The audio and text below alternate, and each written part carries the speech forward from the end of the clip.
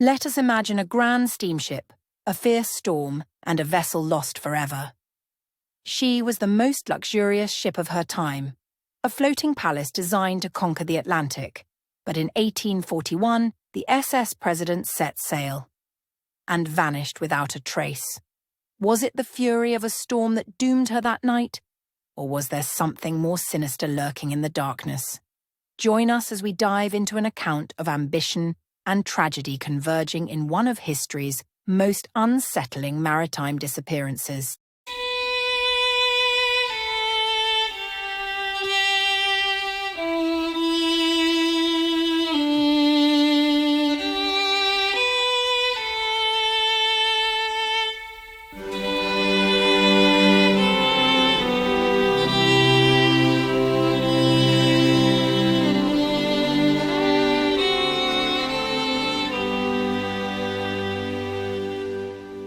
In the summer of 1840, the Liverpool docks bustled with excitement.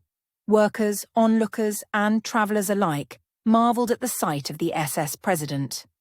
She was the latest jewel of the British and American Steam Navigation Company, a ship designed to dominate the Atlantic crossing with her combination of speed, power, and, above all, luxury. The SS President was no ordinary steamer.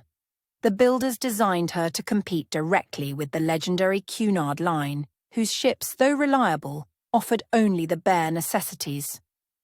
Cunard had built a reputation for punctuality, but the British and American Steam Navigation Company wanted to stand out by creating something far more opulent. They wanted ticket holders to feel like they were in a grand hotel as they traversed the seas. She was the spiritual ancestor of our mighty modern-day cruise ships. From the moment passengers stepped on board, they were surrounded by lavishness. Her main saloon stretched an impressive 80 feet, styled in Tudor Gothic with dark wood panelling, chandeliers, and furnishings fit for nobility. The hallway leading aft housed a gallery of 10 oil paintings, the artwork depicting scenes from the life of the legendary Christopher Columbus. Each stateroom was spacious, fitted with plush beds and large windows, and designed to make every guest feel as though they were a part of the elite, even while at sea. Yet beneath this splendour lay a troubling reality. The President was top-heavy, owing to an additional deck built to accommodate more travellers. This extra level not only made her prone to rolling in heavy seas, but also weakened her structural integrity. After only 2 round trips, she had already needed repairs, her hull twisted by the sheer force of the ocean's waves. Although powerful for their time, her engines struggled to propel her massive bulk through the water with speed. Her voyage times were disappointing compared to other transatlantic steamers, causing frustration for her owners and dismay among her skippers. Captain after captain left the ship frustrated by her sluggish handling in rough seas, which they attributed to her top-heavy design and overburdened hull. Reports from the time described her as unwieldy, and her disappointing voyage times further compounded these frustrations. For the British and American Steam Navigation Company, the SS President was both their greatest pride and their greatest challenge. Still, she carried on, an emblem of ambition and opulence, even as each passage revealed more flaws in her design.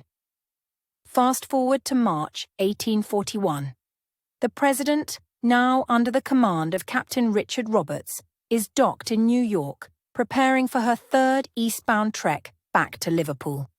Captain Roberts was no stranger to the seas. He had previously commanded the Sirius, the ship that famously set the westbound transatlantic speed record. But even with his experience, Captain Roberts knew the President had her weaknesses. As he prepared for departure on the morning of March 11th, he could sense the weight of responsibility on his shoulders. The President's flaws were well known, but he was determined to bring her safely across the Atlantic, if perhaps not on schedule. That morning, 106 crew members and 30 passengers boarded the ship. Among them were 2 prominent figures of the day: Reverend George Grimston Cookman, a celebrated preacher who had served as chaplain of the Senate. Also aboard was a famous Irish actor and the great-grandfather of the future film star of the same name. That doomed ticket holder's name you may find familiar. Tyrone Power. The passengers, while eager to reach England while enjoying the president's luxury, were mindful of the ship's reputation for delays and the unpredictable nature of the Atlantic crossing. Some may have privately questioned whether her design flaws, like her top-heavy construction, could prove problematic on such a journey. As the president departed New York Harbor, passing by Bedloe Island, future home to a certain statue depicting liberty, her engines chugged to life, sending a plume of smoke into the sky as she began her trip toward Liverpool. The ship made steady progress for the first day, and her engines hummed as she glided through calmer waters. But as night fell on March 12th, the situation took a grim turn. The ship sailed into one of the worst storms recorded that season, near Georges Bank, a treacherous area between Nantucket Shoals and the open Atlantic, infamous for sudden storms and towering waves. As the wind howled and rain lashed down, the president found herself at the mercy of the ocean. A passing vessel, the Orpheus, reported seeing the president laboring in the waves. Her bow would rise up one moment, only to plunge down the next, her hull groaning under the relentless force of the sea. For those on the Orpheus, the sight was unforgettable. This massive, elegant ship reduced to a plaything in the jaws of a storm. But as the night deepened, the president was lost from sight. When the vessel failed to arrive in Liverpool as scheduled, a shadow of worry fell across England. Days turned into weeks, and as hope dwindled, panic set in. Families of the passengers and crew on both sides of the sea demanded answers, desperate for any sign that the president might have survived, and their loved ones still lived.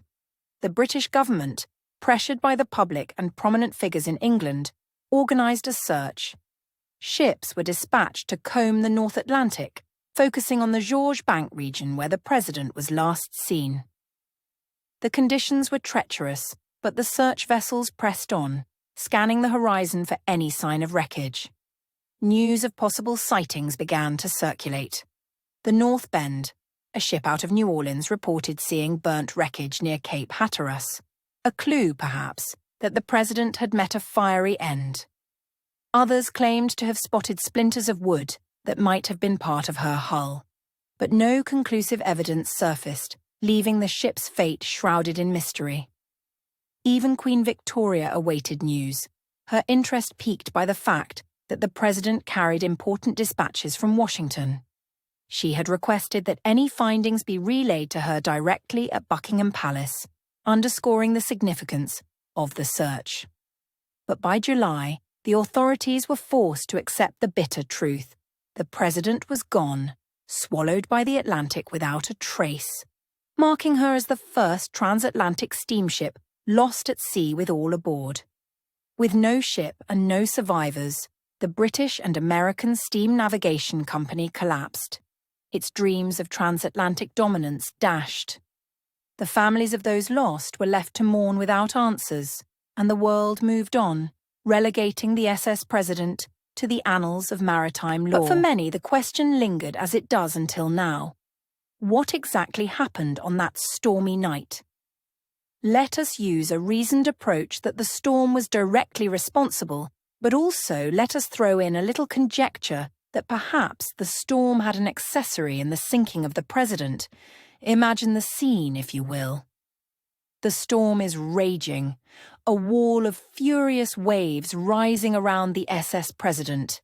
Rain pours down in sheets, and the darkness is punctuated only by occasional flashes of lightning that illuminate the desolate expanse of the Atlantic. The president is fighting for her life, her engines straining against the unrelenting power of the sea. Focusing on the deck of the president, we meet our historical composites. A veteran mariner and a fresh-faced swabby envisioned as avatars of the type of sailors found aboard ships of their day. The two figures stand against the storm, their hands gripping the rail as the ship pitches violently beneath them.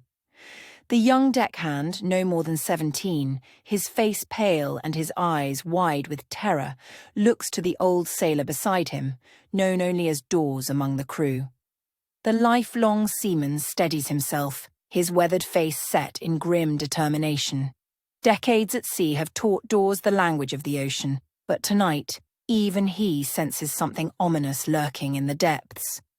The boy shouts above the wind, his voice trembling. "Will we make it through this, sir?" Dawes casts a melancholy glance at the lad, feeling their unspoken fear. He shakes his head slowly. "Aye, lad, storms like this test a ship. But we've weathered storms before," he hollers back. "But these waters, they have a mind of their own." A lightning bolt splits the sky at that moment, illuminating a shadowy figure bobbing in the waves just off the starboard side. An instant later, a deep, shuddering sound reverberates through the ship. It is a sound that no sailor wants to hear, the unmistakable crunch of wood against wood. The ship lurches violently, the force of the impact reverberating through every beam and plank. Dawes and the boy are thrown to their knees as the President's hull begins to fracture, the splintered wood groaning under the pressure of the sea. "What was that?" the boy gasps, his grip tightening on the rail as he pulls himself back up. Dawes' expression darkens. He glances out into the dark, searching for any sign of what they might have hit. "Could be a derelict," he mutters, his voice almost lost in the wind. "A derelict?" the boy stammers, fear creeping into his voice. A haunting look comes over Dawes' face. "Sometimes a ship doesn't sink all the way," Dawes explains. "It gets left to wander, abandoned, floating like a ghost forgotten by time. Some say they're cursed. Others say they're just ghosts of sailors lost. No matter what they are in a storm like this, you'd never see it coming until it's too late." Below deck, the cries of passengers fill the air as icy water surges in, flooding the lower levels. Panic spreads like wildfire. Some cling to each other, their faces pale and streaked with tears, their voices rising in desperation as they beg for rescue, for salvation. Mothers hold their children close, pressing them to their chests as they whisper words of comfort that falter with their own terror. A man, clutching his wife's hand, looks around wildly, his voice breaking as he calls out, "Blessed Father, is there no hope? Can anyone save us?" But the sea drowns out their pleas, its fury relentless. Dawes and the novice seaman on his first, and tragically last voyage, watch helplessly as passengers stagger onto the deck, their faces illuminated by the faint glow from the ship's remaining kerosene lamps. They huddle together, a handful sobbing, others murmuring prayers, their hands gripping whatever they can to steady themselves against the rolling deck. Fellow crewmen frantically work to prepare lifeboats. The young man looks at Dawes, his face pale, his voice barely a whisper. Is this the end, sir?" Dawes places a steady hand on the boy's shoulder, his gaze never leaving the shadowy derelict that he has spied in the latest flash of lighting, drifting next to their stricken liner. It was a burned, blackened mass of wood now breaking apart from its impact, with the President, the disintegrating spectre seemingly bearing witness to the fate of the liner it had slain. "Aye, lad, the sea has claimed us," he said, finally, accepting it was his final sail but pitying the young sailor beside him. In a final act of defiance, the President's crew attempts to launch lifeboats, but the raging sea tosses them aside, pulling each lifeboat into the churning depths as if it were mere driftwood. The roar of the waves instantly swallows the desperate shouts of passengers and crew. One by one, they are swept from the deck to vanish beneath the icy water. As the President's bow dips, the last of the voyagers cling to the rails at the stern, their voices rising in a chorus of terrified prayers, sobs, and final desperate words. And then, in the span of a heartbeat, the ship's lamps flicker out, extinguished by the relentless darkness of the sea. With a shuddering sigh, the SS President slips beneath the waves of the stormy ocean, her secrets lost to the abyss. And all in slightly less than 15 minutes. Derelict ships like the one presented in this possible scenario are deadly hazards, drifting unseen through the ocean, waiting to strike. was the scorched wreckage spotted by the North Bend south of Cape Hatteras, all that remained of a shattered derelict that may have had a lethal encounter with the president as depicted in our scenario. It is possible, but we can never know. What we do know is that in the 19th century, such derelicts were common hazards, especially on transatlantic routes. Abandoned after storms or damaged beyond repair, these vessels could float for years, an unseen menace in the vast ocean. For example, in 1890, the Russian vessel Korea was abandoned by her crew in the North Atlantic. 2 days later, the steamer Ionian collided with the derelict Korea, sustaining considerable damage, and only with good fortune and perhaps the grace of Neptune himself, survived a descent into a watery grave. This incident highlights the dangers posed by abandoned vessels drifting in busy shipping lanes, and this illustrates why mariners feared them, not just for the damage they could inflict, but for the eerie sense of doom that seemed to surround them.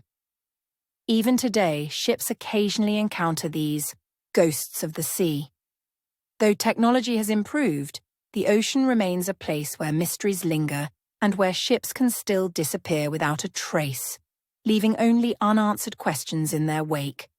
The SS President may be gone, and what is left of her pitiful remains rests somewhere in the Atlantic depths, but her story endures. She reminds us of the danger and wonder of the sea, a place that gives and takes without mercy, where grandeur and ambition mean little against the force of a storm. And so, we close out this tale, knowing those voyagers who sailed to eternity one dark and stormy night in March of 1841 forever share the same haunting epitaph. The sea is my grave is the sea. Thank you for joining us as we explored the mystery of the SS President. If you found this story compelling, please comment, like, share, and subscribe. Join us next time as we continue to uncover the haunting tales of the sea.